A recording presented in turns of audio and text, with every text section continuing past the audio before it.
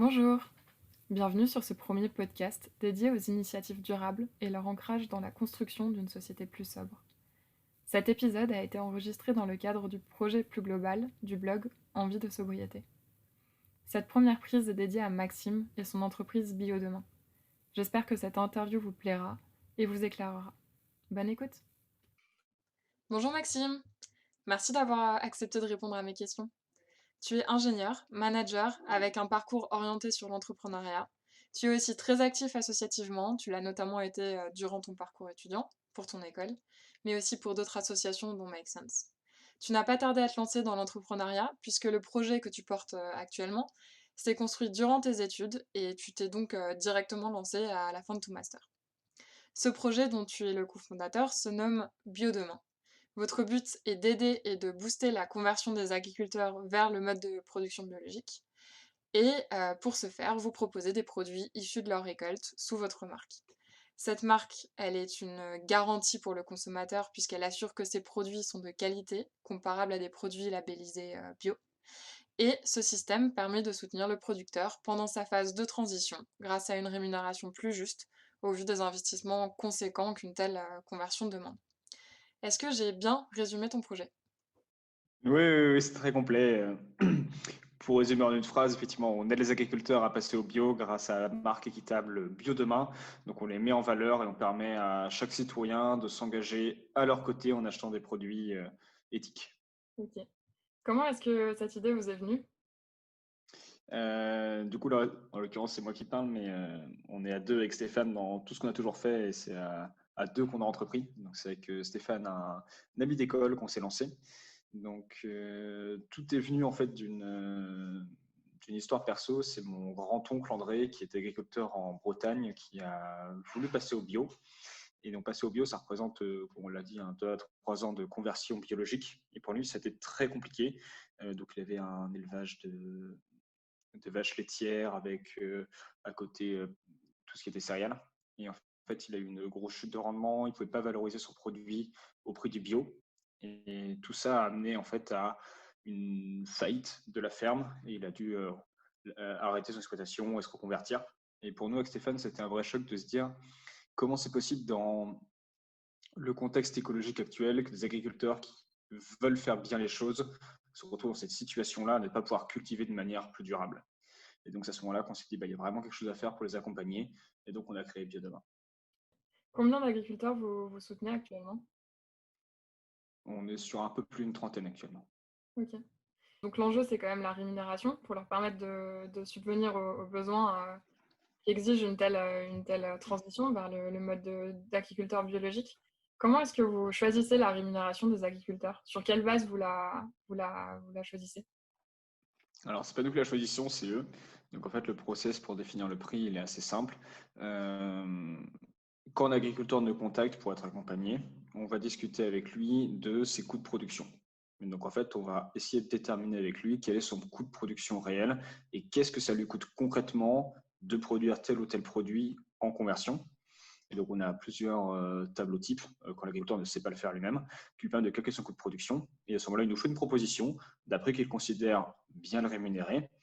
Et nous, en fait, on accepte ce prix-là. Il n'y a pas de négociation particulière. On ne vient pas nous fixer un prix. C'est pas nous de le faire en soi. Et on vient vraiment regarder son coût réel de production, qui est en fait le coût qui va permettre de justement définir un prix qui lui permette de vivre et de bien vivre, en fait. On reviendra sur cette question du prix tout à l'heure parce que j'imagine que ça a des conséquences sur votre compétitivité et malheureusement, quand on a une start-up, c'est un enjeu très important. Tout Euh, à fait. une question toujours sur votre projet. Est-ce que vous absorbez toute la production de ces agriculteurs-là? Ça va dépendre. On a des typologies d'agriculteurs très très différentes que tu as peut-être dû voir nos produits, mais donc on a des produits qui vont des jus au miel en passant par la farine de lentilles, la compote, etc. Donc des typologies d'agriculteurs derrière qui sont très différentes parce qu'on peut avoir tant des arboriculteurs que des apiculteurs, des céréaliers, des maraîchers. Donc ça va vraiment dépendre de la taille de l'agriculteur et de sa production. Pour donner un exemple, un apiculteur produit uniquement du miel et sur des quantités qui sont relativement raisonnables. Et dans ce cas-là, nous, on peut absorber la quantité de plusieurs apiculteurs en entier. C'est notamment ce qui se passe là actuellement où on a accompagné cette année 3 apiculteurs où on a pris toute leur production. Et à l'inverse, tu as des produits comme la lentille, par exemple, où tu as assez peu de volumes qui sont vendus en magasin. Ce n'est pas un produit qui est des top ventes. Et pour l'agriculteur, c'est seulement une partie de son exploitation qui est sur la lentille. Et dans ce cas-là, on va accompagner un agriculteur dans l'année sur 10% de l'exploitation qui sont consacrés aux lentilles. Donc ça va vraiment dépendre du produit. Et là, tu as deux exemples qui sont un peu opposés. Ok, super, merci. Comment vous gérez, alors une fois que vous les avez accompagnés pendant plusieurs années, j'imagine, la conversion, ça dure combien de temps environ? La conversion, c'est 2 à 3 ans. 2 à 3 ans. Quand c'est une conversion qui est directe, donc si toute l'exploitation est mise en conversion d'un coup, c'est 2 à 3 ans. Mais souvent, les conversions sont faites par parcelle. Et donc, dans ce cas-là, l'agriculteur peut être en conversion pendant plusieurs années, une dizaine d'années, voire plus, quand en fait, il va convertir seulement quelques parcelles par quelques parcelles de sa ferme. D'accord. Et quand vous arrivez à la fin de cette période, du coup, le but, c'est quand même de les accompagner vers l'agriculture labellisée bio, avec le label européen. Comment est-ce que vous gérez cette conversion finale? Alors en fait, la conversion pour détailler un petit peu plus, donc c'est la période de 2 à 3 ans durant laquelle une parcelle de terre doit être cultivée déjà en bio avant d'avoir le label. Donc pendant ces 2 à 3 ans, l'agriculteur cultive déjà en bio mais n'est pas encore labellisé. Donc au final, le processus de conversion, il n'y a pas un moment où c'est la conversion finale, mais il y a un moment où le label est enfin imposé et donc c'est le moment où l'agriculteur est enfin certifié par un organisme certificateur. Nous aujourd'hui, on les accompagne jusqu'à cette certification. Et ensuite, actuellement, on n'a pas de programme pour les accompagner au-delà sur la partie vraiment bio, mais on y réfléchit beaucoup. Donc nous, ça fait 1 an qu'on commercialise en magasin, donc on n'a pas un recul qui est encore énorme. On a assez peu d'agriculteurs qui sont passés au bio, mais l'idée, c'est qu'on a demandé de la part des agriculteurs de se dire, bah, les gars, on travaille très bien ensemble, c'est con d'arrêter de plus bosser ensemble. Et on a la demande de la part des consommateurs de se dire, j'ai accompagné Jean, j'ai accompagné Marc ou Michel pendant 3 ans à passer au bio. Je trouve ça dommage de ne pas les retrouver en magasin par la suite. Et donc, nous, la solution qu'on aimerait y apporter, c'est la marque Bio aujourd'hui. En fait, la suite de l'aventure. On a Bio demain en conversion et on a Bio aujourd'hui, la marque Bio équitable, qui permet de continuer à travailler en toute transparence avec les agriculteurs qu'on avait en conversion et avec les consommateurs qui ont envie de continuer à les accompagner dans cette nouvelle aventure qui est donc la certification bio, parce que le démarrage n'est pas évident. Vous êtes donc l'intermédiaire entre l'agriculteur et le consommateur. Vous faites intervenir, j'imagine, un sous-traitant pour conditionner les produits, pour les fabriquer. Est-ce que c'est bien ça?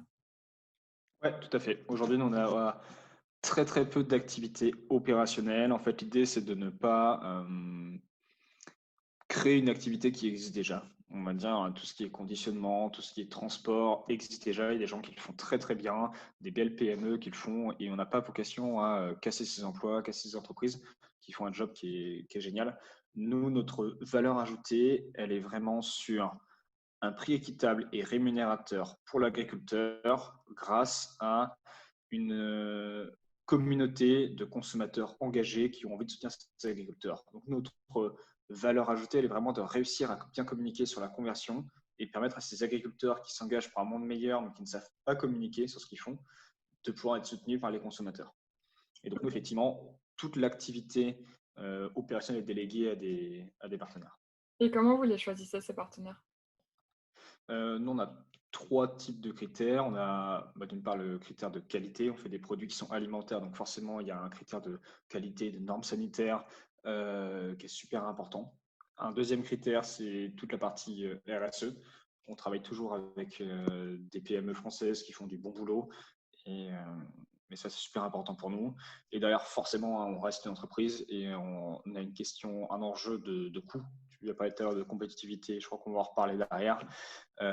Ça reste un enjeu majeur et malheureusement, il y a des fois, on est bloqué par ces problématiques-là. Justement, si vous envoyez ces produits, ces récoltes dans des entreprises de conditionnement, comment vous pouvez vous assurer que ces produits ne contiennent que les récoltes qui ont été envoyées par vos agriculteurs? Mhm. Alors, dans l'agroalimentaire, tu as des systèmes de traçabilité qui sont très complets et qui permettent vraiment d'assurer qu'il n'y ait pas de problématique de mélange de matières premières. Donc aujourd'hui, nous, on a des numérotations de l'eau, on a un système informatique qui est assez complet, qui permet de tracer en fait les lots de produits qui partent d'un endroit pour arriver à un autre. Tout est numéroté, tout est en fait bien enregistré à chaque niveau de la chaîne, ce qui va être contrôlé à tout niveau que tout est bien passé. D'accord. Alors, vous parlez de local, beaucoup de local. Qu'est-ce que ça signifie pour vous local? Est-ce que c'est à l'échelle de la France? Est-ce que c'est à l'échelle d'une région? Est-ce que vous travaillez uniquement avec des sous-traitants des Hauts-de-France et des agriculteurs des Hauts-de-France? Comment est-ce que vous gérez et vous avez envie de définir ce mot? Tout à fait. Nous, c'est un enjeu qui évolue au fur et à mesure du projet. On a commencé, nous, sur les marchés de la métropole lilloise. Donc, on vendait vraiment sur le marché de plein air des produits d'agriculteurs qui venaient à moins de 50 km de Lille. C'est comme ça qu'on a commencé, mais on s'est vite rendu compte qu'en fait, euh, logistiquement, c'était extrêmement compliqué de se limiter à un aussi petit territoire et que derrière, on allait pouvoir accompagner les 4-5 agriculteurs qui étaient en conversion autour de Lille, mais qu'on allait pas pouvoir accompagner les autres.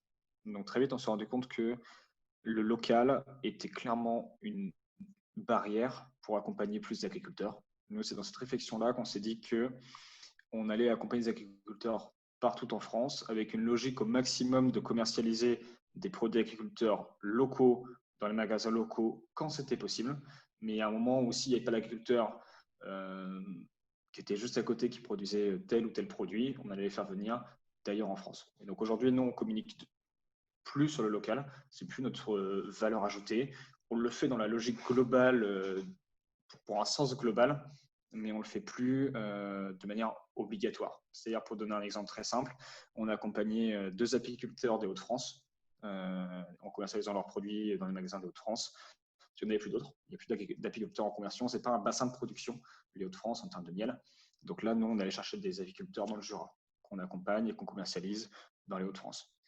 L'idée pour nous, c'est vraiment de pouvoir répondre aux besoins des agriculteurs en conversion d'être accompagnés et quand forcément il n'y en a pas à proximité, le consommateur a quand même quelque part envie de ce produit, envie d'aider et donc on se permet de faire ça. Sachant que derrière, en termes purement d'empreinte carbone, le transport représente extrêmement peu dans la globalité de l'impact carbone et donc nous, c'est dans cette pure logique-là qu'on s'est dit qu'on pouvait se le permettre. Après, dans une logique plus de sens, c'est dommage, on en est conscient et on fait de notre mieux pour au maximum limiter cette problématique.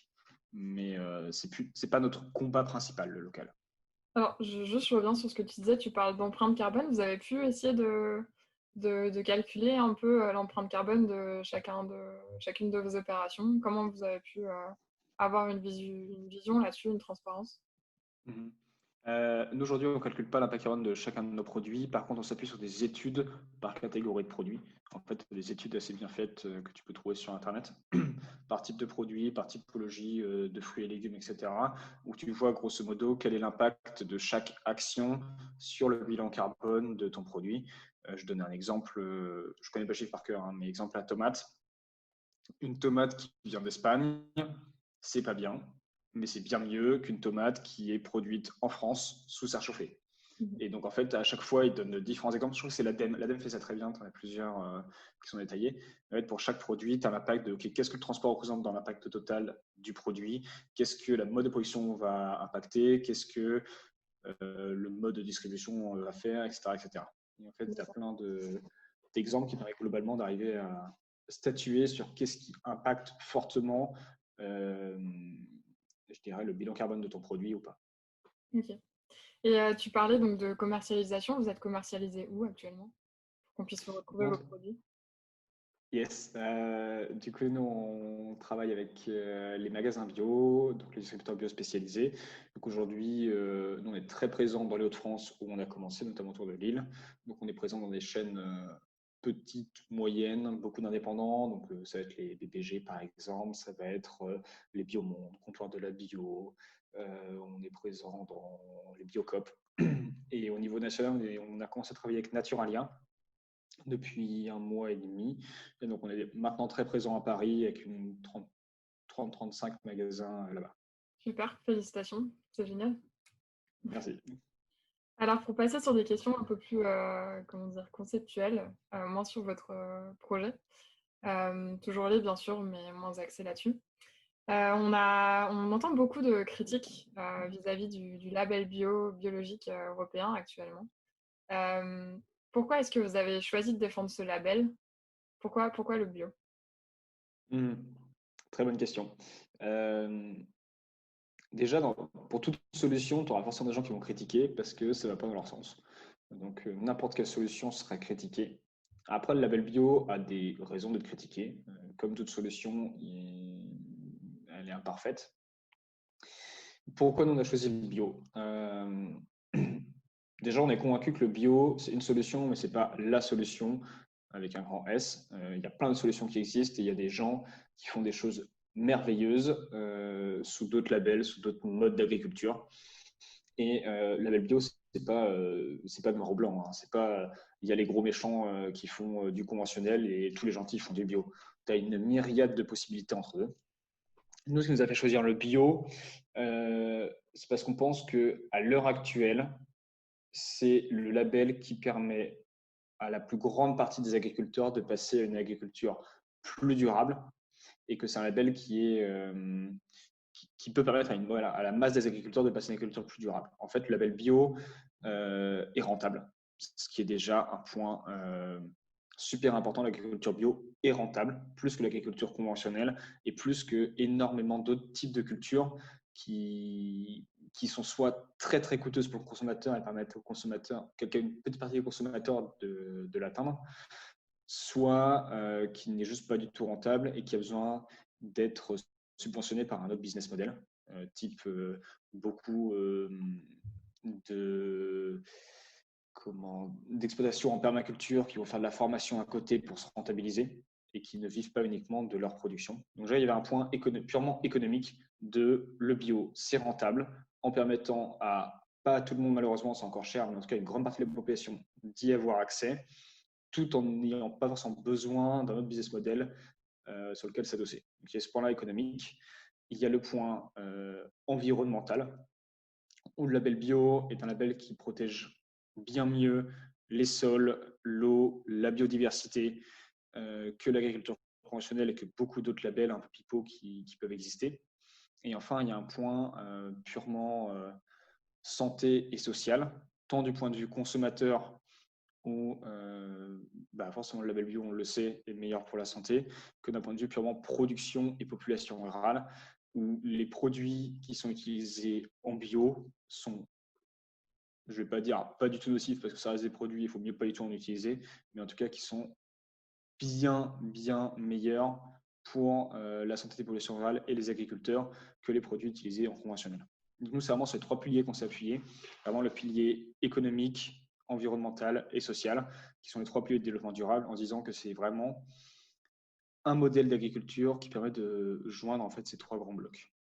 OK. Et si toi, tu devais, définir ton propre label bio, est-ce qu'il y aura des différences avec le label européen? Est-ce qu'il y a des choses que tu aimerais améliorer ou alors d'autres que tu voudrais, des exigences que tu voudrais peut-être supprimer? Mmh. La problématique du label bio, c'est que, comme tu l'as dit, il est européen. Donc, il est très lent à bouger, très lent à évoluer. Oui, il serait bien qu'il évolue au fur et à mesure et qu'il reste je vais pas dire à la pointe, mais qui reste un modèle. Et je pense que petit à petit, le label bio va être dépassé. Et ce qui serait top, c'est qu'on puisse rapidement le faire évoluer, aller vers l'interdiction de commercialiser en bio des produits sous serre chauffée, des produits hors saison, peut-être avoir une certaine notion d'obligation pour un produit bio d'afficher extrêmement clairement son origine, où là, on a quand même beaucoup de choses qui sont moyennes, ça dans tout l'agroalimentaire, mais en termes d'origine, il devrait sûrement y avoir des choses au niveau de l'ultra-transformation des produits. On parlait d'impact carbone tout à l'heure. Afficher l'impact carbone pour tous les produits bio, pour moi, serait dans la logique de ce vers quoi on veut aller. Donc, je pense que la bio, oui, devrait évoluer plus rapidement pour rester sur des choses qui soient environnementalement top. OK. Alors, le but de ce blog et de ce podcast, c'est de comprendre, comment on peut agir de manière pérenne, pour la société de demain. C'est une société, dont le modèle économique, va devoir évoluer, je pense. Et l'idée, c'est quand même d'aller vers une sobriété, aussi bien dans nos exigences de consommation, mais une sobriété dans notre organisation, humaine aussi. Vous êtes encore une jeune structure, donc j'imagine que la politique RH, elle évolue très vite. Que pour l'instant, le stade, c'est plutôt l'idée de gérer la pérennisation de l'activité plutôt que vraiment ce modèle de ressources humaines dans votre entreprise. Néanmoins, comment est-ce que vous choisissez la rémunération de vos employés et quel modèle de gestion d'équipe vous souhaiteriez suivre? Mhm. Très bonne question. Euh, Nous, c'est un sujet sur lequel on réfléchit beaucoup. D'une part, parce que moi, tout ce qui est RH m'intéresse énormément. D'autre part, parce qu'il y a énormément de critiques envers les structures de l'ESS sur le management, sur la rémunération, sur la gestion des employés. Et nous, c'est un peu notre hantise de tomber là-dedans. On ne veut pas être une boîte creuse qui émet beaucoup de bonnes ondes en termes d'impact et autres, mais qui à l'intérieur, c'est n'importe quoi. Et donc ça, on veut vraiment, on a toujours voulu bien faire les choses. Donc depuis le début, on a bien construit on a essayé de bien construire notre politique RH, c'est aussi de dire qu'on l'a bien construit pour l'instant. En tout cas, on essaie de bien le faire. Déjà en termes de rémunération, tout le monde est au courant de toute la rémunération de chacun. En fait, on a un tableau qui est extrêmement clair où on a construit ça d'ailleurs avec nos premiers employés sur quels critères on se base pour faire la rémunération des personnes. Donc, en fait, on a un tableau Excel où on rentre les années d'expérience de chacun, on rentre l'ancienneté de chacun chez nous, parce qu'on considère en fait, donc l'expérience, c'est pour dire plus tu as d'expérience, plus tu apportes de la valeur ajoutée à l'entreprise. L'ancienneté, c'est plus tu es resté longtemps, plus tu as une connaissance de l'entreprise qui te rend performant ou performante dans ce que tu fais. Et enfin, il y a un troisième critère qui est la responsabilité que tu prends. C'est-à-dire que tu as une charge mentale qui va venir sur tes épaules, plus tu prends de responsabilité. Et on considère que ça mérite une rémunération supplémentaire. Et donc, on a ces trois critères qui viennent impacter la rémunération de chacun. Et en fait, ce qui nous permet d'avoir une rémunération qui est extrêmement objective, qui n'est pas sujette aux négociations, qui permet une égalité homme-femme, une égalité vraiment entre chacun par rapport à ça. Et sans question de bah, toi, tu es commercial, tu mérites plus, toi, tu es informaticien, tu mérites moins, toi, tu es ingénieur, tu mérites. Voilà. C'est vraiment pas du tout par rapport à ça, c'est vraiment par rapport à la valeur que tu apportes à l'entreprise et du coup, indirectement, à la valeur que tu apportes à tout notre impact social et environnemental. Et c'est vraiment comme ça qu'on l'a construit. Donc aujourd'hui, par exemple, la personne la mieux rémunérée chez nous, c'est Camille, qui est responsable de communication, qui est la personne qui a le plus d'expérience. Et à date, Stéphane et moi, on n'est pas du tout les mieux rémunérés de l'entreprise. D'accord. Et donc, Et en vous fait, avez mis une rémunération maximale par rapport à un minimum et un maximum? Est-ce que vous en avez ouais, défini? tout à fait. Donc, nous, on est une entreprise labellisée ESUS. Je ne sais pas si tu connais le label. Donc, c'est un label d'État qui t'impose. Enfin, on est allé le chercher. Donc, on s'est auto-imposé pas mal de critères, notamment le fait qu'on a une échelle de rémunération maximale de 1 à 3 entre le plus petit salaire et le plus haut salaire. D'accord. On va revenir à la question des coûts de production dont tu parlais tout à l'heure et de la réalité justement de la gestion des coûts et du chiffre d'affaires. Donc forcément, ça fait appel à la concurrence. Comment est-ce que vous gérez la concurrence? Vous êtes une start-up, je pense que vous définissez comme une start-up. Donc l'idée, c'est quand même d'avoir une croissance forte. Euh, Comment est-ce que vous faites en sorte d'être compétitif tout en maintenant vos valeurs? Est-ce que c'est central dans votre recherche, cette recherche de compétitivité? Est-ce que vous préférez prendre le temps de faire les choses correctement et avec le temps nécessaire pour les faire de cette manière? Comment est-ce que vous gérez ça? Mmh. Déjà, start-up, on préfère entreprise sociale, jeune entreprise sociale, à potentiel, on peut dire. Mais start-up, on n'aime pas vraiment ça. Ça fait très tech, ça fait très impersonnel, ça fait très levée de fonds sur levée de fonds, toujours à la recherche de l'argent, la croissance, etc. Nous, c'est pas notre philosophie. Bien qu'on utilise les mêmes outils que les startups, on reste avec un but social et environnemental qui est ancré dans ce qu'on fait et on est toujours à la recherche de concilier rentabilité économique et impact, ce qui est très compliqué. On ne va pas dire que c'est antinomique, mais Ça n'a pas toujours de pair l'un avec l'autre. Du coup, en termes de compétitivité, oui, on doit être compétitif, et même extrêmement compétitif, parce que sur le marché de l'agroalimentaire, le prix est crucial. Si ta bouteille de jus de pomme est 30 centimes plus chère chez nous que chez ton voisin, forcément, tu vas prendre le voisin. Ce n'est pas le cas dans tous les marchés, mais en tout cas sur l'alimentaire, le prix est un enjeu qui est extrêmement important. Donc oui, on doit être compétitif. C'est pas évident parce qu'on est sur un marché où on lutte contre des gros industriels qui sont implantés depuis des dizaines d'années. Et donc, c'est très compliqué à percer comme marché. On prend le temps de le faire, mais il y a un enjeu effectivement malgré tout de rapidité. Il faut qu'on avance vite.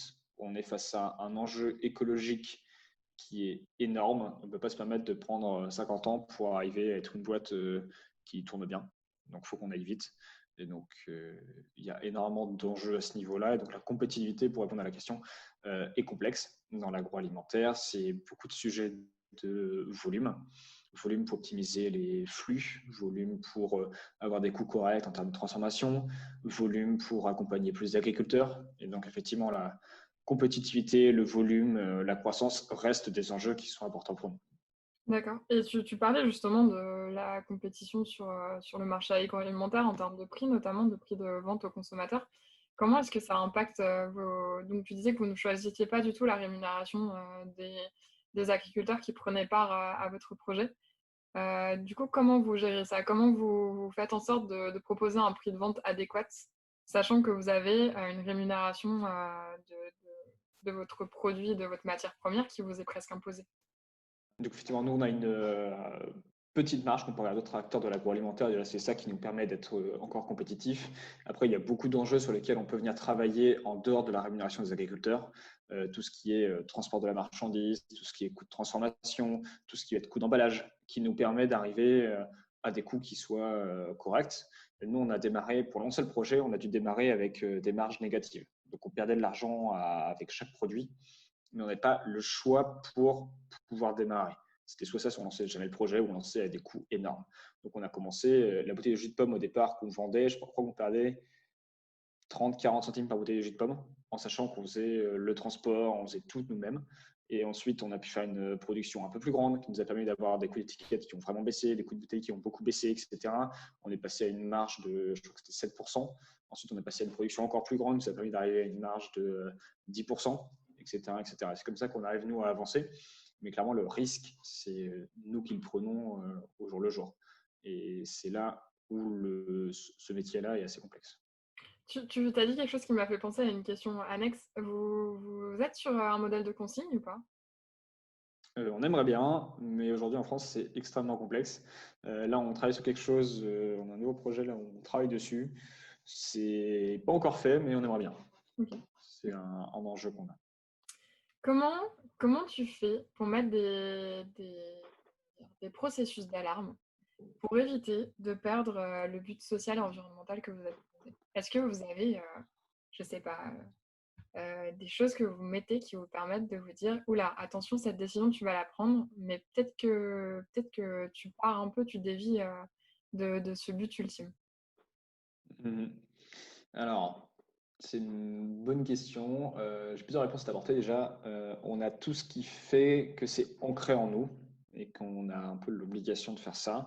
On a dans nos statuts, c'est marqué très clairement, et c'est donné en fait, le but principal de l'entreprise est bien de favoriser la conversion des agriculteurs vers une agriculture plus durable. Ensuite, dans notre pacte d'associés avec Stéphane, et des pactes d'associés qu'on signera d'ailleurs plus tard avec nos investisseurs, si on en a qui rentrent, c'est marqué très clairement que les dirigeants nommés de l'entreprise doivent maximiser l'impact social. Et on a différentes formules très mathématiques qui indiquent qu'est-ce qu'on considère être l'impact social de Biodemain. Donc, d'un point de vue purement juridique et légal, on a fait en sorte que l'impact soit au cœur de ce qu'on fait et et ça ne répond pas entièrement à ta question, mais si en cas d'alarme, on se rend compte que l'entreprise commence à dévier, on est capable très rapidement de faire changer les choses. Et après, purement en termes d'alarme, on est encore au stade où on est très proche de la jeunesse du projet et il n'y a pas ce risque-là aujourd'hui, mais il peut être présent plus tard. C'est pour ça qu'on fait un gros travail sur tout ce qui est mesure d'impact social et environnemental. On ne le fait pas au quotidien parce qu'on a un peu un manque de temps, mais on essaie de faire ça très régulièrement pour réussir à être très proche du terrain, des chiffres, et tout comme aussi le chiffre d'affaires, notre taux de marge, etc. On suit le nombre d'agriculteurs qu'on accompagne, le nombre d'hectares qu'on a aidé à faire passer au bio, je sais pas, le tonnage de produits valorisés en conversion, etc., etc., qui sont des indicateurs d'impact qui nous permettent au jour le jour de se dire, OK, cette année, on a pris les bonnes décisions, tout comme on a fait un beau chiffre d'affaires, on a fait de beaux chiffres en termes d'impact. Ok, super, très intéressant. Du coup, c'est toujours en lien avec ça. Vous êtes soutenu par des investisseurs? À date, non.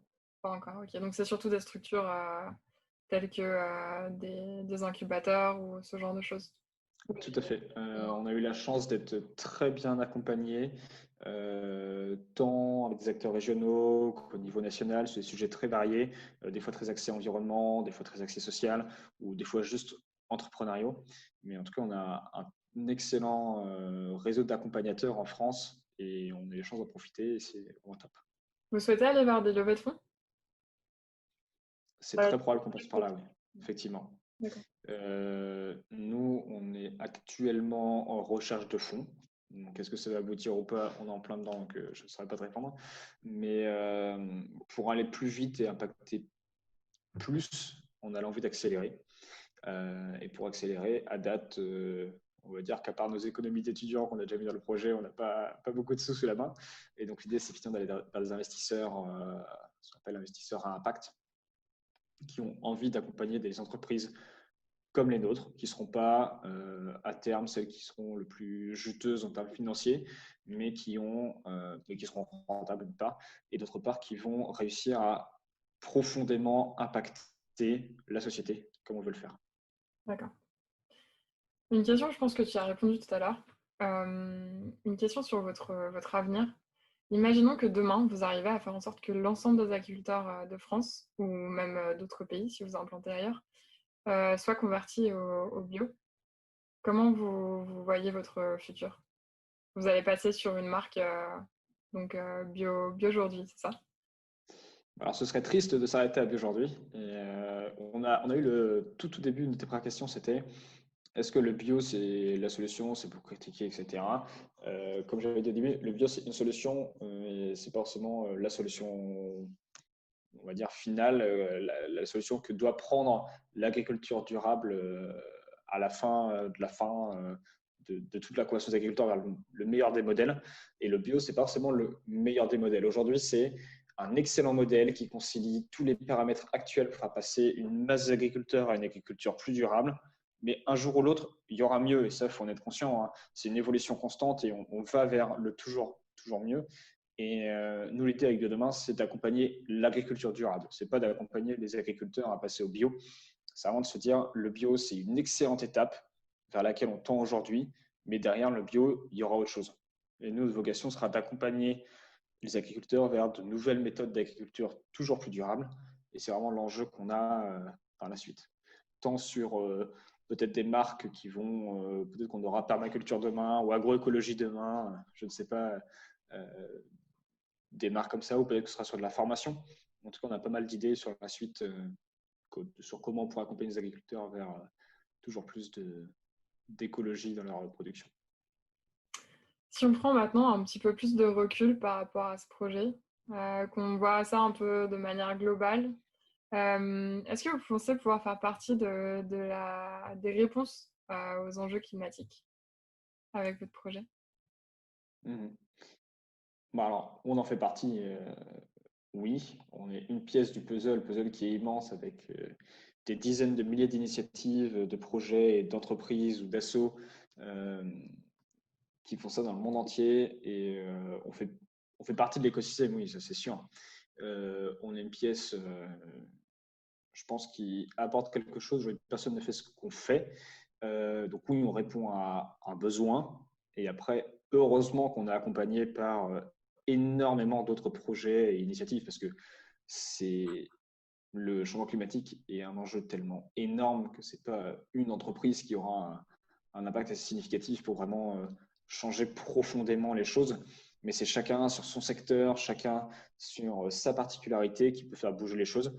Et nous, en l'occurrence, c'est vraiment accompagner les agriculteurs dans leur transition. Mais derrière, c'est un des nombreux enjeux du dérèglement climatique, de la crise écologique de manière générale. Nous, on n'agit pas directement sur le changement climatique. On va agir sur la résilience des exploitations agricoles, on va agir sur la rémunération des producteurs, on va agir sur une décarbonation de l'impact de la production agricole sur l'alimentation, on va agir sur un ensemble, sur la protection de la biodiversité, sur un ensemble d'enjeux, mais qui ne sont pas forcément directement liés au dérèglement climatique. Par contre, on va agir sur des solutions qui permettront à terme de pérenniser les modes de production agricole qu'on a actuellement. Une question beaucoup plus personnelle maintenant. Par rapport à un avis que tu aurais, est-ce que tu penses qu'on peut répondre à l'urgence climatique? Est-ce que tu penses qu'on sera suffisamment réactif et qu'on va réussir à bouger et à mettre les choses en place à temps pour éviter un effondrement possible, une disparition de l'espèce humaine, peu importe ce qui peut arriver? Mm. On va prendre cher, ça c'est sûr. Faut pas se leurrer. Ça va pas bien se passer. Je pense que je suis pas. Enfin, après c'est ma vision très personnelle. Et je suis pas forcément quelqu'un de. Je suis optimiste, mais aussi assez réaliste. Je pense que ça peut pas bien se passer dans le meilleur des mondes avec des petits oiseaux, des papillons et des fleurs partout. Ce sera pas le cas. Ça va être compliqué. Il va y avoir des gros soucis à énormément de niveaux de l'échelle. On peut faire en sorte que ça se passe d'une manière moins pire. Et c'est ce qu'on essaie et ce pourquoi on se bat au jour le jour. Après, ça ne peut pas bien se passer. Forcément, il y aura des grosses problématiques un peu partout. Après, oui, on peut y arriver. Non, je ne pense pas qu'il y ait une disparition de l'espèce humaine. Oui, il faudra changer nos habitudes profondément. Après, je ne pense pas qu'il y ait non plus un effondrement total de la société actuelle et des dizaines de millions de morts partout dans le monde. Par contre, oui, il y aura des sécheresses énormes qui feront déplacer beaucoup de populations. Il y aura très sûrement des famines, il y aura très sûrement un changement total de la société. Ça, c'est sûr. Après, ce ne sera pas la disparition de l'espèce humaine et je ne pense pas du tout qu'on meurt tous dans notre souffrance. En tout cas, moi, je ne vois pas ça comme la fin du monde. Je vois ça comme une étape qui est importante de faire, qu'on peut essayer de faire de la manière la plus douce possible, mais qui, malgré tout, ça va être un choc. On ne s'y attend pas. Je pense qu'on n'est pas prêt pour le voir venir. On peut juste essayer de faire au mieux en espérant que les personnes qui peuvent vraiment changer les choses au plus haut niveau puissent enfin agir fortement et d'une manière qui, je pense, va paraître à beaucoup peut-être trop forte, mais je pense qu'il y a un vrai besoin d'action rapide et puissant pour limiter la casse. Donc appel aux politiques. Je pense que le pouvoir politique peut faire énormément de choses et que nous, en tant que citoyens, on peut beaucoup faire, mais c'est qu'une partie de la solution. En termes business, les entreprises peuvent faire beaucoup de choses, comme on le fait aujourd'hui, avec Biodemain, avec comme énormément d'autres fonds, et heureusement que beaucoup d'acteurs s'engagent. Et après, le troisième bloc, ça reste les politiques. Et aujourd'hui, de ma vision très personnelle, ça bouge trop lentement. Une dernière question, ça n'a rien à voir. Est-ce que tu aurais des livres à recommander, ou des livres, des films, des documentaires, des ressources à recommander, pour agir, pour prendre conscience des enjeux, pour être capable de se visualiser dans ces problématiques et peut-être, de mieux prévoir, mieux voir notre futur? Mmh. Alors, je vais te donner deux réponses. La première, c'est la réponse la plus simple. Je pense que beaucoup l'auront déjà entendu, mais c'est le film Demain, moi, qui m'a beaucoup inspiré. C'est un grand classique, mais bon, si jamais quelqu'un ne l'a pas vu, c'est toujours bien de leur dire. C'est un film qui donne espoir, qui montre toutes les solutions qu'il y a, qui montre l'enjeu aussi, parce que, comme on disait, hein, l'enjeu, il est énorme. Après, il y a beaucoup de solutions, beaucoup de choses qui se mettent en place. Il faut y croire, il faut se donner à fond dedans, parce que c'est comme ça qu'on va s'en sortir. Donc, Demain, qui est un très, très beau film et un très, très beau livre aussi, d'ailleurs. Il y a les deux. Après, il y a beaucoup de bouquins sympas. Là, je viens de dire un bouquin, c'est 1 million de solutions tranquilles, qui répertorie, enfin, c'est pas 1 million, mais énormément de petites solutions sympas qui changent le monde. Moi, ce qui m'a beaucoup donné envie aussi, c'est le livre A Life in a Bottle de Tom Zaki, le fondateur de TerraCycle, qui est là un bouquin très orienté entrepreneurial. Donc ça, c'est très personnel. Hein. Moi, c'est quelque chose qui me touche, mais je suis conscient que ça ne touchera pas forcément tout le monde. Et enfin, un dernier bouquin que je pourrais conseiller, c'est 80 hommes qui changent le monde. Où là, c'est un bouquin avec 80 chapitres, un chapitre par initiative top qui bouscule de manière soit très locale, soit plus globale, mais en tout cas les frontières, et qui va permettre 80 solutions voilà, qui changent le monde, qui bougent les choses. Merci beaucoup, Maxime. Est-ce que tu souhaites rajouter quelque chose? Déjà, merci Anne-Charlotte. Ensuite, ouais, pour conclure, je dirais que c'est important qu'on se bouge tous les fesses et que c'est pas une entreprise ou un gars dans son coin qui va changer le monde. Que ce qu'on fait nous, c'est une minuscule pièce du puzzle. Et comme on disait, l'enjeu il est énorme. Et c'est important que chacun s'y mette et que chacun peut faire quelque chose à son échelle, que ce soit s'engager dans des assos, que ce soit travailler dans une boîte sociale, que ce soit monter sa boîte sociale, que ce soit devenir politique et faire bouger les choses. Voilà, il y a énormément de possibilités de changer le monde en bien. Et je pense que chacun peut le faire à son échelle. Et il ne faut pas hésiter, en tout cas, à s'engager. Merci. Avec plaisir.